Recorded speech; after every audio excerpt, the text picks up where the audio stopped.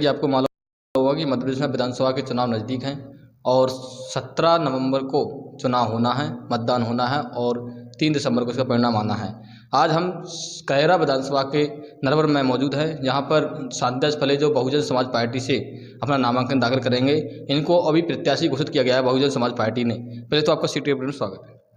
बहुत बहुत धन्यवाद आपका।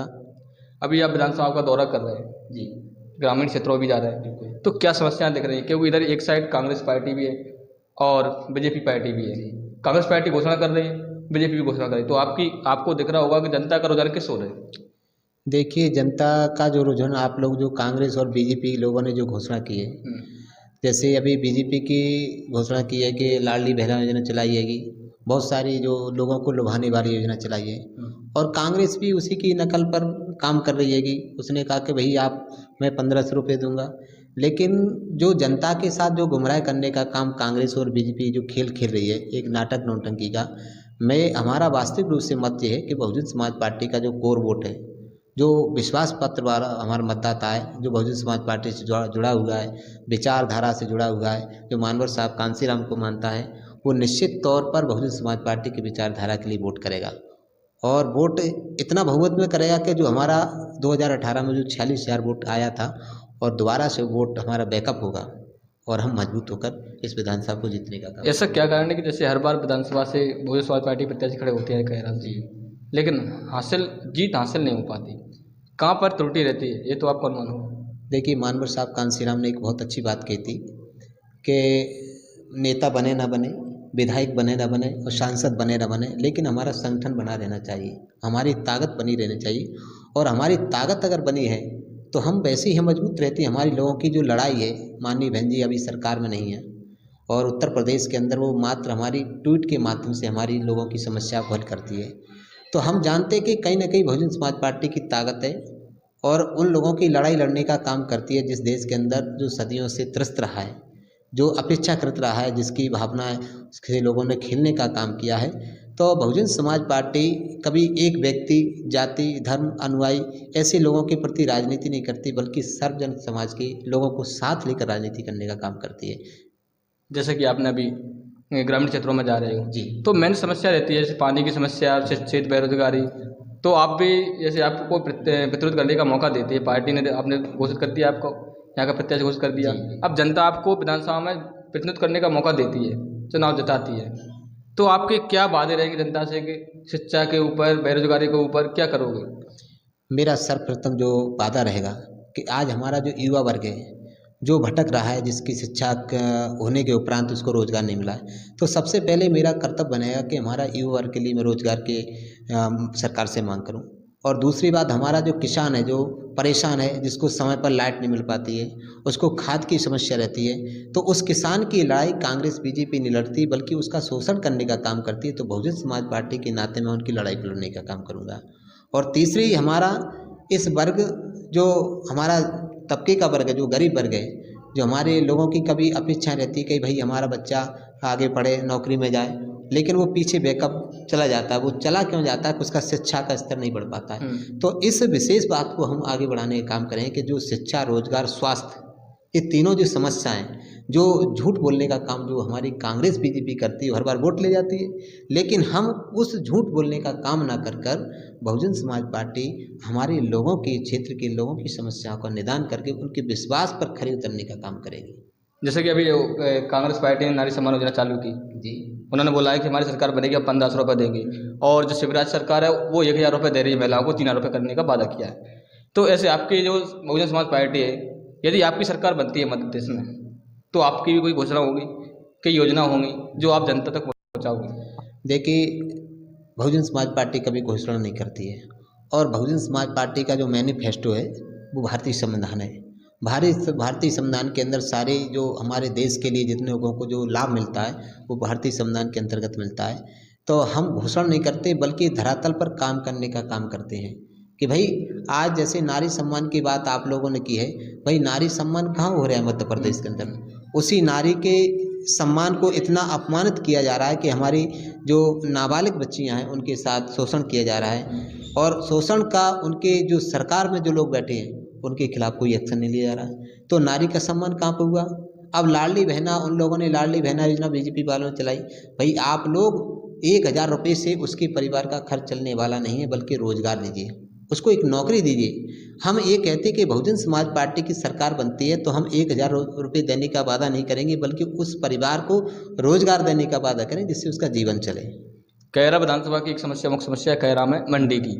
जो किसान हैं, गरीब किसान हैं, जो अपनी फसल को विक्रय करना है उनको तो बहुत दूर ले जाना पड़ता है वहाँ से, जबकि अब उनके वहाँ पर भी कैरा विधानसभा में कैरा में मंडी है, फिर भी सुचारू रूप से चालू नहीं है। यदि आपको मौका मिलता है, आप विधायक बनते हो यहाँ से कैरा से, तो क्या मंडी सुचारू रूप से चालू होगी कि इसी तरह बंद रहेगी? देखिए, मेरा जो कार्य करने का जो तजुर्बा है, जब मुझे विश्वास के तौर पर इस करैरा विधानसभा की जनता विधायक के रूप में चुनेगी, तो मैं अपनी तौर पर इतनी बात ज़रूर बता देता हूँ कि आज जो भी इस जनप्रतिनिधि यहाँ से रहे हैं, चाहे कांग्रेस के रहे हैं, यहाँ पर कांग्रेस के 3-3 विधायक बने हैं, तो उनका जो कार्यकाल रहा है, उनका झूठा रहा, फरेब रहा और जनता को धोखे देने का काम रहा है।